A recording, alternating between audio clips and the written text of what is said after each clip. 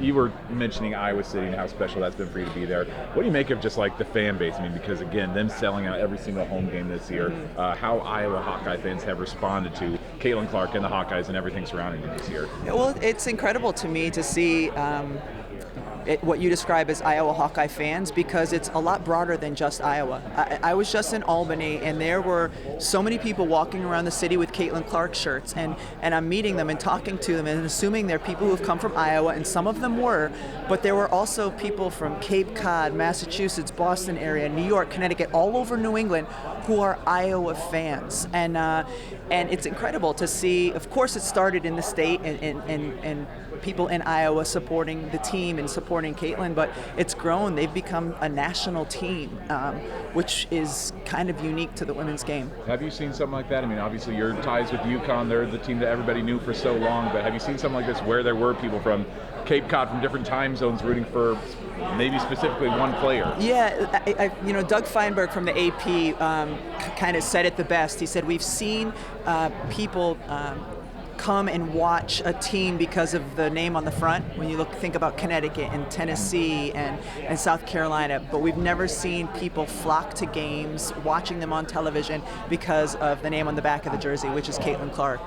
She's done so much to grow the women's game more, I think, in terms of viewership and ticket sales, without question, more than any player we have ever seen in the history of the game. Could you pinpoint the main thing? Do you think it's more the on the court or the off the court about her that has drawn so many people to her? I think without question it's the on the court. We've never seen a player play like Caitlin Clark on the women's side. We've never seen somebody consistently take the Logo bombs and make them at a high rate, and then be able to manipulate defenses and then pass to her teammates in such an exciting fashion. Yesterday when we were talking to Gino Oriema, he said he compared her to Pistol Pete, and he said, I would rather compare her to a woman, but we've never seen a woman like her. And he's right, and it's why people want to watch her play. And of course she's handled herself beautifully off the court, and she says the right things and seems to be an incredible role model, but it all starts with what she does on the basketball court. I don't know if I realized this until I was doing a little background research on you today, but you were on UConn's very first national championship team, is that right? I mean, for you to have been around for some of the very start of that dynasty, what's it like to see this game and this team, especially where it is now, where it's going to culminate tomorrow night against the University of Iowa? Yeah, it's incredible for me to just see the growth of women's college basketball. I've been around this sport a really long time, 30 plus years, and we've never seen this kind of a frenzy, and we've never seen this kind of attention on the women's game, and it's super gratifying because these young women deserve it, these coaches deserve it. The game is living up to the hype every single time, and we've not had this kind of hype around an athlete or a team, and now around a tournament like we have this year, and everybody who's tuning in is seeing really high level basketball, and that's super gratifying for me. Last thing I should ask, we were talking about Audi Crooks a little bit, somebody who plays a little bit more similar to your position. What is it you've seen out of her that makes her so special and makes you hope for her future, what she can bring to Iowa State? I love Audi Crooks. First of all, as a kid, I got a chance to talk to her a little bit when we did a game out in Des Moines earlier this year, and she's just an effervescent human being. She plays the game with incredible joy, and she's also a heck of a player. She uses her size and skill inside to be incredibly efficient. She's a great teammate, and I love watching her play. I love that whole team and the young group that Bill Fennelly has there. It's going to be really fun over the course of the next 3 years to watch them come together and mold into what's, I think, going to be a powerhouse. Thanks so much, Rebecca. I appreciate it. 12.3 million viewers. Yeah. What's that like to see that? It's incredible. And we knew going into the game, like it felt like there was a lot of juice, and of course it was a huge matchup. And then it felt like before we knew the number, it felt like it was going to be high just because so many people were talking about it. Morning talk shows were talking about it, like women's basketball. That game was the event of the night and maybe the event of the week. And then to get the number, I think we were all blown away. None of us expected it to be. We thought it was going to be really high, but we didn't think it was going to be that much more than the championship game. How much of kind of the Clark kind of effect do you think is going to stick around next year, especially for Iowa? That's something I'm really curious about. Before next year, though, how much of the Clark effect is going to translate to the WNBA? I believe the WNBA finals last year, which were really highly played and a high rating, was like in the 700,000 viewers, and I'll be shocked if, you know, Caitlin's first couple WNBA games that are televised aren't over 1 million. Like, I'm really interested to see first what her effect is on the program. And then next year, yeah, it's going to be interesting. Of course there's going to be a dip because she has sort of been this singular phenomenon that's driven everything. But I still think we're going to have, our numbers are going to be a lot higher outside of Caitlin Clark games than they have been in the past because there's so many young new stars that are really capable. And next year is going to be a lot about Paige Beckers and Juju Watkins and Hannah Hidalgo and like all these players that people now know their names and their games are super exciting. First, I just want to ask, as a former Big Ten coach, I mean, you would have made some trips to Iowa City back in your day. I imagine you're seeing a lot more people in the stands than you did back in the late 90s in Iowa City. What do you make of just the growth, especially in the state of Iowa right now for the sport of basketball? You know, I thought that there were a lot of people at the games when I coached at Purdue going against Iowa, but coming back there now, it is crazy. And their fans are passionate, they're educated, they stay up to date on like Caitlin's records and what they're going to break and what games mean, and they travel. And it's not just people that are in the state of Iowa. I remember the Iowa-Nebraska game. I ran into a coach, the head coach at Samford University in the airport with her daughter. Samford's in Birmingham. She had traveled with her daughter to Nebraska to see Iowa play. They wanted to see that team. They wanted to see Caitlin Clark. So that's just the passion. That's just the popularity that has come to women's basketball. And I heard Rebecca Lobo tell a similar story about fans from Massachusetts and Maine that were coming out to Albany to watch her play. What is it that captures fans' imagination so much with her? I don't know if you feel like you've seen any sort of player like that before that really has, coast to coast captured everybody's imagination, but what is it about her that really has done that this season for her? Well, I'll tell you one of the things that it does for me as a coach. I don't know if I would be comfortable with a player that can take 2 or 3 steps beyond half court and pull the trigger. But then when you see her knock it down the way that she does, and I talked to Lisa Bluter about it, and she said, she wasn't always comfortable with it, but when she saw the amount of work that Caitlin put in, the consistency of where she can knock down those shots, she was okay with it. But it's like mind-boggling of how she's able to produce the way that she is. And if any team allows her in that one dribble to the left pull up, you can forget about it. I mean, to me, that's almost like a layup for her.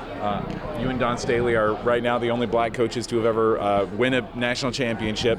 Just how do you feel about the legacy that she's carrying on, especially now winning 3 straight Naismith Coach of the Year awards? I mean, she's just picked up maybe the mantle that you started and just run with it so far. Well, the thing that Dawn has done when she got to South Carolina is she wasn't going after just winning a national championship, but building a championship caliber program. And that's evident in, after last season, 5 of her players were drafted to the WNBA. And so you think, okay, they've got to rebuild. Dawn won't call it rebuilding. She just calls it a renovation, or I'll call it a renovation, because the players that were able to step into the starting role have been ones that were prepared and ready. And so that doesn't happen overnight. It's been a progression. And in today's day and age of the transfer portal and players wanting to jump ship, she has players that have really waited their time, prepared themselves so that when their opportunity presented themselves, they were ready to take over. You look at Raven Johnson, Bree Hall, Camila Cardoso. I mean, that's why this team is where they are today. If I'm not mistaken, are you the only Big Ten coach to win a national championship? I am. I'm the only Big Ten women's championship. Yeah, I am. Are you hoping to see that come to an end this weekend? Or, do you think that that's going to come to an end anytime soon? Well, let me tell you, when we won the national championship in '99, a reporter asked me about being the first African-American woman to win one. And I said, well, my English teacher in high school taught me you never have a 1 if there's not going to be a 2. And so to be the 1 in the Big Ten, yeah, there could be a 2. And I'd be great with that. Anytime any coach can accomplish winning a national championship, hats off to him, because I know how hard it is. How fun, exciting is it to see that once the investment has been put into women's sports, that the results have been exponential? It's been amazing. It's been so fun. It's so rewarding for everybody to get to feel the energy and excitement of what it's like to watch women's hoops at this level and this stage, to watch Caitlin specifically and the phenomenon that she is. I just love that we all get to share in this experience and have it together, because that's something that's beautiful about sports, right? When we come together and we all feel the same kind of energy and passion, and to get to be involved in it, it's just a thrill, man. It's a thrilling experience to watch Caitlin Clark play, and it's a really fun, bonding, communal experience for us to all go through it together, and I love getting to be a part of it. For someone who's been covering the sport for a little while, could you have ever imagined the Hawkeye fan base, the way they show out for home games and the way they travel, seeing just coast-to-coast players and fans coming out from Maine, Florida, California, wherever, to see them play wherever they go? No, their fan base is unbelievable. Like, I am blown away at seeing the Iowa fans that we see at these different arenas. It's crazy, and they are so loud and so dedicated. They're all in the hotels and on the street and wearing their, black and yellow gear. And Kate Martin was telling us how much of a lift they get from hearing Iowa fans in places outside of Iowa, it's been amazing. And that arena in Cleveland is going to be loaded with Iowa fans. So I think what's going to be really cool is, even when Caitlin's gone, there's going to be a huge faction of people who, forevermore are going to be these, diehard Iowa fans, or people who already were, who are going to forevermore be saying it with their chest out even more. So I've been so impressed with the fan base. Could you ever have seen a phenomenon like this coming out of women's basketball? No, but it's amazing. You know how, like, people talk about other franchises, like in the NFL, or, like Stephen A. Smith is always annoyed because of the Cowboys. There's Cowboys fans outside of Texas. Anywhere you go, you're going to run into a Cowboys fan. And to see that, some of that stuff happening with women's basketball teams has been so cool. Like I'm in Atlanta, and I've seen South Carolina jerseys, I've seen Iowa shirts, I've seen UConn shirts. Like, there are people around the country that are cheering for just the school that has their heart for one reason or another. And the Iowa fans have been legit. I have one of my good friends in Atlanta. Her dad, they grew up in Iowa, and she sends me pictures of him all the time. He's got a Caitlin Clark shirt on. He's got yellow and black shoes, and it's cool to see people that passionate about Iowa, Caitlin, or any team. Like, they love it. And I think it's special. What has surprised you so much about this team this year? I mean, how has this team been able to kind of regroup and be able to get back to the Final Four this season? It's been incredible, and I've been probably one of the harder analysts on Iowa. And for me, watching them hold together and watching, like Kate Martin, her numbers go up, Sydney Falter's numbers go up, Gabby Marshall affect the game, Hannah Stolke plays so big. And as the season's gone on, they've gotten better and better. Like, to me, they're peaking at the right time. And it's really cool. It's special to watch a team lose key pieces, have a ton of attention around them, and still figure it out. And they play their style of basketball. It's brutal to go against, and they've just fallen right together, all the right pieces. Do you have a projection or prediction for what Iowa might be in store for next year? I mean, obviously losing Caitlin and Kate and Gabby is going to be huge. What do you think is in store for this team next season? Yeah, it's going to be brutal, as far as losing those key pieces. But I think one of the best things for Iowa, or for playing with a class like that, right? When you play with players like that, hopefully for everyone on that team, they've learned from those seniors and can kind of help. You kind of saw it with South Carolina this year. Like, they had the winningest class in program history leave, and the ones that stepped in learned good habits from those players. And so for Iowa, I don't know how you couldn't learn good habits from Gabby Marshall and Kate Martin and Caitlin Clark. Like, the way they play, their passion, their energy,